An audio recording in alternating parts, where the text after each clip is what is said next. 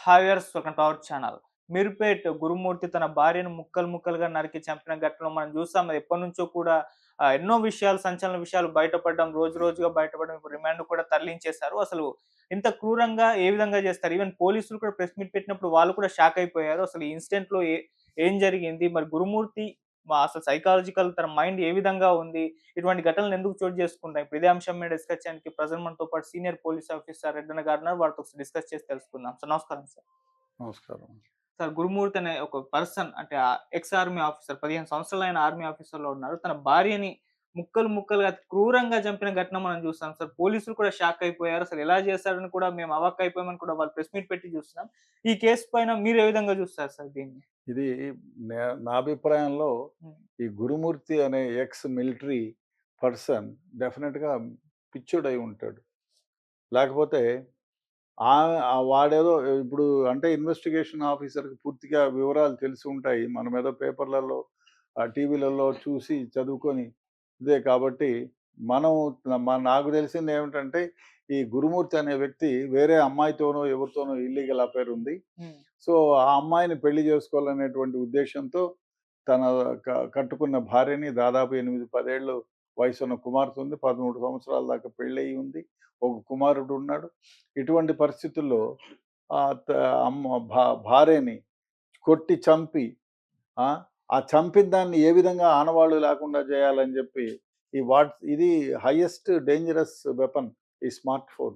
నువ్వు ఏ విధంగా చంపాలా చెప్తుంది. ఏ విధంగా డిస్ట్రాయల్ చేయాలా మీకు ఐడియా ఇస్తుంది. లేదు పైనుంచి ఏ విధంగా దూకి చావాలా అనేట్టు చెప్తుంది. చావడానికి ఏ మార్గాలు ఉన్నాయో కూడా తెలిసి చెప్తుంది విత్ ఎగ్జాంపుల్స్. కానీ ఇదే ఫోను బాగుపడడానికి మీరు ఎగ్జామ్ రాస్తే ఏ క్వెషన్‌లు బాగు చేసుకోవడానికి ఇలా అనేక విషయాలు నా ఇంట్లో ఈ లీకేజ్ అయితాంది ఏ విధంగా అన్నిటికీ సమాధానం వస్తుంది. కానీ ఇది బంగారు కత్తి. అంటే బంగారు 2 వైపులా పదునున్న కత్తి. దీంతో గొంతు కోసుకోవచ్చు, ఎదుటివాడు గొంతు కోయొచ్చు, మంచి కూరగాయలు తరుక్కోవచ్చు, మనకు కావాల్సినటువంటి అన్ని సదుపాయాలు కూడా దీంతో చేసుకోవచ్చు. కూరగాయలు తరుక్కోవచ్చు, మంచి మంచి పనులు చేసుకోవచ్చు. సో, మనల్ని మనం ప్రొటెక్ట్ చేసుకోవడానికి కూడా ఉపయోగించుకోవచ్చు. ఈ స్మార్ట్ ఫోన్ ఆ విధంగా తయారైంది. ఈ గురుమూర్తి అనే వ్యక్తి ఇతర స్ ఒక స్త్రీతో ఇల్లీగల్ అఫైర్ పెట్టుకొని, అది ఇల్లీగల్ కాదులే. ఎందుకంటే పెళ్ళైన స్త్రీ గాని, పురుషుడు గాని తమకు నచ్చిన వ్యక్తితో 18 ఏళ్ళు నిండిన తర్వాత సహజీవనం చేయొచ్చు, స్నేహం చేయొచ్చు, సెక్షువల్ అఫైర్ కూడా నడుపుకోవచ్చు. చట్ట ప్రకారం 497 డిలీట్ చేశారు కాబట్టి so, it is not an offence. ఇది చట్ట ప్రకారం ఇది తప్పు కాదు. ఓకే. వాడు పెట్టుకున్నాడు. వాడు చావేదో వాడు చావాలి. ఈ అమ్మాయిని చంపడం, వాగ్వాదం చేసుకోవడం, పిల్లల్ని ముందుగానే ప్లాన్ ప్రకారం మరి ఇన్వెస్టిగేషన్‌లో తేలుతుంది ఇది లేక యథేచ్ఛగా వాళ్ళు ఏదో మామూలుగా పోయినారు. ఆ పండక్కో అనే రూపంతో వాళ్ళ తల్లిదండ్రుల ఇంటికి పంపించటం. వీడు భార్యతో గొడవ పడటం. గొడవ పడిన తర్వాత చంపేయటం. చంపిన శవాన్ని ఏం చేయాలని స్మార్ట్ ఫోన్‌లో ఉపయోగించి ఆ సినిమాలు మలయాళీ సినిమాలో ఏదో చూసి ఆ శవాన్ని ముక్కలు ముక్కలుగా కొట్టి ముక్కలు ముక్కలుగా కోసి బజారుకెళ్ళి తుండి తీసుకొని మరీ చిన్న ముక్కలు చేసి మరీ స్టవ్ ఒకటి తెచ్చి ఎముకలను కూడా ఇది చేసి దీన్నంతా ఎండబెట్టి చున్నం చేసి లెట్రిన్‌లలో పోసి ఆ మిగిలిన ఎముకల్ని తీసుకుపోయి మీరు ట్యాంక్‌లో పడేసి నిజంగా ఇంత క్రూరత్వం మనిషి ఒక భార్యతో ఇద్దరు పిల్లల్ని గాని 10, 12 సంవత్సరాలు ఆమెతో భాగస్వామ్యాన్ని, జీవితాన్ని పంచుకొని ఈ వెధవకి ఇంత కర్కోశమైనటువంటి ఆలోచన ఎట్లొస్తుంది? అసలు వింటుంటేనే జిగుప్సాకరంగా ఉంది. బహుశా ప్రపంచంలో ఇంత దారుణంగా చేసిన కేసులు ఎన్నున్నాయో నాకు తెలీదు గానీ, ఇది మాత్రం ప్రథమమేమో అనిపిస్తుంది. నిజంగానే పోలీసులకు గూడా అది గొప్ప ఛాలెంజ్. అయినా డెఫినిట్‌గా ఇటువంటి వాళ్ళని ఉరికంబం ఎక్కించాలి. ఇది నా అభిప్రాయం. ఎందుకంటే ఇంత దారుణం చేసిన వ్యక్తి ఇతని మెంటల్ స్టాటస్ ఏమిటంటే పిచ్చివాడు, ఉన్మాది. ఉన్మాది అయితే తప్ప ఈ విధంగా ఇంత దారుణంగా ఎవరు బిహేవ్ చేయరు. ఎందుకంటే ఏదో పొరపాటున తగిలో ఏదో చచ్చిపోయింది అని చెప్పి ఏదో చేసుకోవాలి. వీడేమనుకున్నాడు చంపి ఆమెను ఏ విధంగా ఆనవాళ్ళు లేకుండా చేసి కేసు నుంచి తప్పుకోవాలని చిన్న వారం రోజుల పాటు అన్నీ చిద్దిన్నం చేసి, ముక్కలు చేసి, ఎండబెట్టి, కుక్కర్‌లో ఉడకబెట్టి, బాయిలర్‌లో ఏసి, అదేదో ఒక బకెట్‌లో ఏసి ఉడకబెట్టి, ఇంత దారుణానికి ఎవరైనా ఓ మనిషి అసలు ఒక మనిషి చనిపోతేనే ముట్టుకోవాలంటే భయమయ్యేటటువంటి పరిస్థితుల్లో ముక్కలు ముక్కలుగా నరికి, ఉడకబెట్టి, ఎండబెట్టి, ఆరబెట్టి, ముక్కలు చేసి మళ్ళీ డ్రైనేజ్‌లో కలిపి ఇంత దారుణానికి ఎవరు ఒడిగట్టడు. బహుశా వీడు పిచ్చివాడే. 100కి 100 పాళ్ళు definitely he will be a lunatic. ఆ మాట అంటే చట్టం నుంచి వాడు తప్పించుకుపోయేటువంటి ఆస్కారం ఉంది కాబట్టి, వీడు వెధవ, ప్రపంచంలో ఉన్న వెధవల్లోకెల్లా హైయెస్ట్ మార్క్స్ ఉండే వెధవ అని చెప్పొచ్చు. మరి ఇంత దారుణాన్ని చేసినాడు. వాడు ఏమనుకున్నాడు, మనం పోలీసులకు చిక్కకూడదంటే ఏం చేయాలా? ఆ తుండునంతా క్లీన్ చేసినాడు. అక్కడ పడిన రక్తపు చుమ్మకలన్నీ క్లీన్ చేశాడు. ఆ డెటాయిల్ ఏసినాడు. అదేసి ఇదేసి తుడిచేసినాడు. కానీ ఎప్పుడూ ఒకటి గుర్తుపెట్టుకోవాలా, ఎటువంటి నేరగాడైనా, ప్రపంచంలో ఎటువంటి నేరం చేసేవాడైనా, నేరస్థలములో నేరానికి సంబంధించిన ఆచూకీ, ఆనవాళ్ళు తప్పకుండా దొరుకుతాయి. ఇది ఇది it's a rule. It is a fundamental rule. ఇప్పుడు వాడేం చేశాడు, ముక్కలు నరికాడు. అది ఫారెన్సిక్ వాళ్ళు చూస్తే ఆ ముక్కలు ఏదో ఒక ముక్క దొరుకుతుంది. అది డీఎన్ఏతో టెస్ట్ చేస్తే వాళ్ళ పిల్లలు బ్రతికే ఉన్నారు. వాళ్ళతో డీఎన్ఏ టెస్ట్ చేస్తే ఈ ఇది వాళ్ళదో అని తెలుస్తుంది. ఒక కత్తి ఉంటుంది. కత్తిని క్లీన్ చేసినా బ్లడ్ షైన్స్ ఉంటాయి.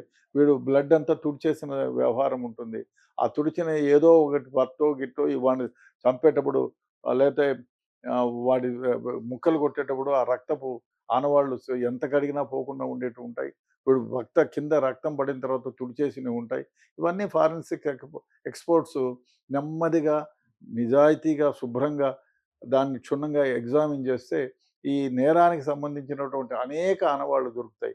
పిచ్చోడు వాడు ఏదో సినిమాల్లో చూసి, యూట్యూబ్‌లో చూసి, లేదా ఐఫోన్‌లో చూసి నేనేమి తప్పించుకుంటానంటే ఎప్పుడుకు తప్పించుకోలేరు.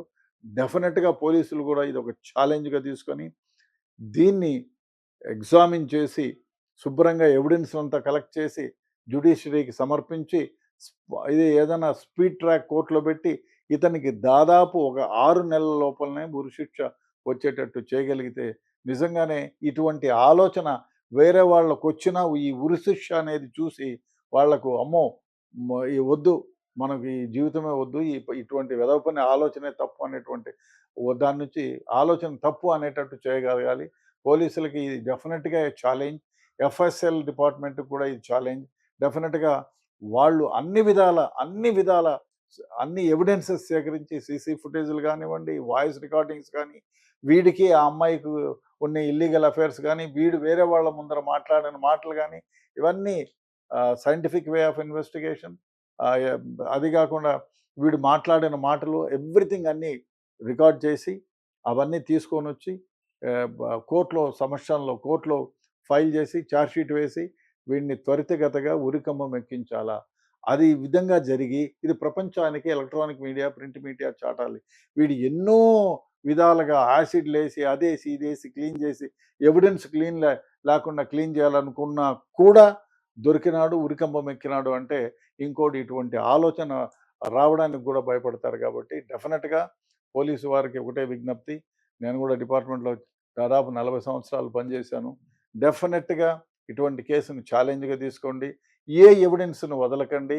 ఎవరైనా ప్రతి చిన్న ఎవిడెన్స్‌ను కూడా మీరు ఎగ్జామిన్ చేసి, విట్‌నెస్‌గా పెట్టి, సర్కమ్‌స్టాన్సెస్, ఎవిడెన్సెస్ అన్నీ పెట్టి, వీడిని ఉరికంబం ఎక్కించేటట్టు చేయాలి. మంచి ఇన్వెస్టిగేషన్ చేయండి. ఫాస్ట్ ట్రాక్ కోర్టులు పెట్టండి. గవర్నమెంట్‌కి వారికి ఒక విజ్ఞప్తి. డెఫినిట్‌గా ఇట్లాంటి కేసుల్ని ఫాస్ట్ ట్రాక్ కోర్ట్‌కి అనుమతి ఇవ్వండి. ఇచ్చి వీడికి సాధ్యమైనంత తొందరలో వీడికి ఉరిశిక్ష వచ్చేటట్టు చేసి, దాన్ని ప్రజల్లోకి తీసుకెళ్ళండి, ఎలక్ట్రానిక్ మీడియా, ప్రింట్ మీడియా. అప్పుడే ఇటువంటి ఆలోచనలు తుదిలోనే అంతమొందించాలి. ఆ విధంగా చేయగలిగితే మిగతా వాళ్ళు కూడా శుభ్రంగా తమ జీవితాలతో ఆనందంగా గడుపుకుంటారు. లేకపోతే ఇట్లాంటి చెడ్డ ఆలోచనలతో ఎవరినైనా చంపేయొచ్చు, ఏమైనా చేయొచ్చు, ఎవిడెన్స్‌ని డిస్ట్రాయ్ చేయొచ్చు అనే మాటలు వాళ్ళ మైండ్‌లోకి కూడా రావు. ఓకే. సరే ఇతనే కన్ఫెస్ అయిపోయాడు పోలీసుల దగ్గర అంటే నేనే చంపానని జెప్పేసి. ఇప్పుడు కోర్ట్‌లో కూడా చెప్పేస్తదనుకో కన్ఫెస్ అయిపోయాడనుకో. ఇప్పుడు సాక్ష్యాలు ప్రొడ్యూస్ చేయాల్సిన అవసరం ఉంటుందా? అవసరం ఉండదా? అంటే కోర్ట్ ప్రొసీజర్ ఏ విధంగా ఉంటుంది లేదు. సార్? లేదు. నేను చంపానని చెప్పినంత మాత్రాన శిక్ష పడదు. ఓకే. పోలీసుల ముందు ముద్దాయి ఒప్పుకున్న దానికి it is not admissible in the court of law. Okay. పోలీసుల ముందు ఒప్పుదల స్టేట్మెంటు హ్మ్. ఇది కోర్ట్‌లో చెల్లుబాటు కాదు. ఓకే. అదే విధంగా హ్మ్. నేను చంపాను అంటే దానికి ఏంటి నీకు? దానికి ఒక మనిషిని చంపడానికి ఏమిటి కారణం? కక్ష ఉండాల. హ్మ్. దానికి అంటే ఆ మనిషిని చంపేటటువంటి కక్ష ఉండాలి, తర్వాత ప్రిపరేషన్, ఆ తర్వాత చంపిన శవం ఉండాలి, ఆ తర్వాత చంపిన ఆధారాలు ఉండాలి, దానికి తగిన ఎవిడెన్సెస్ ఉండాలి. అవన్నీ ఉన్నప్పుడే వాడికి జైలు శిక్ష పడుతుంది. అంతేగాని నేను చంపేసి